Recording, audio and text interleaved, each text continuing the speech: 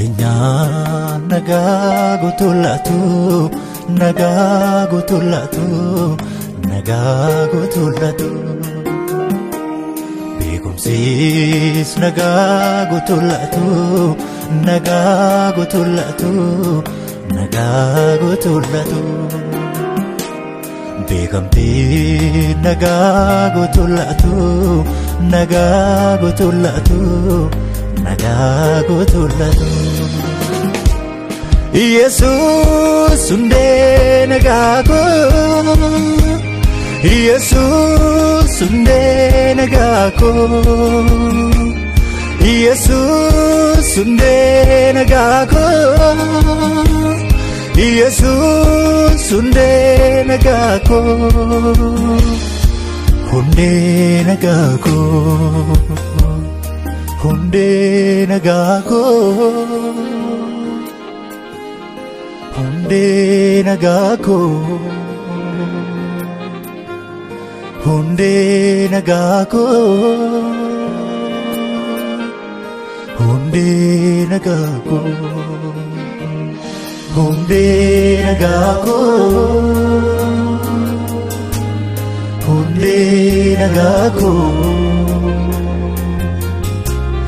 hunde nagaa go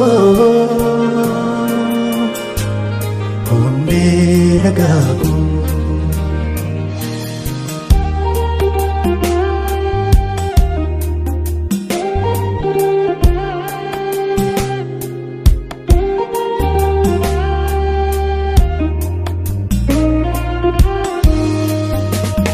Wanta gaggaaris gaafa argadhu addunyaa kanarraa sundaa guuttadhu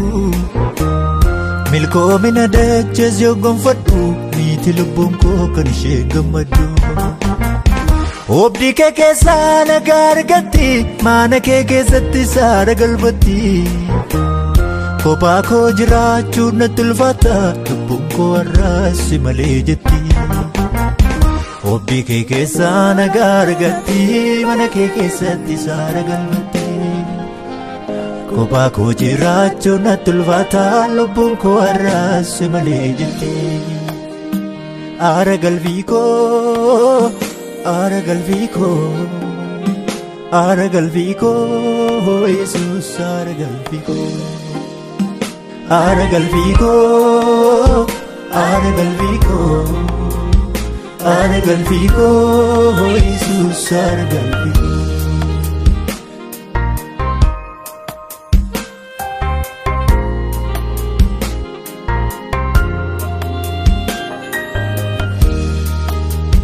Waaheddu laalee wal bira qabee gaafa madaalu Anuu baadheeraa gammachuu golaa kee homtuun jaalu Barruun kee anaaf boqonnaa kootii nama raafadhaa Tokkicha keetu waan hundaa kootii ati gahaadhaa Waaheddu laalee wal bira qabee gaafa madaalu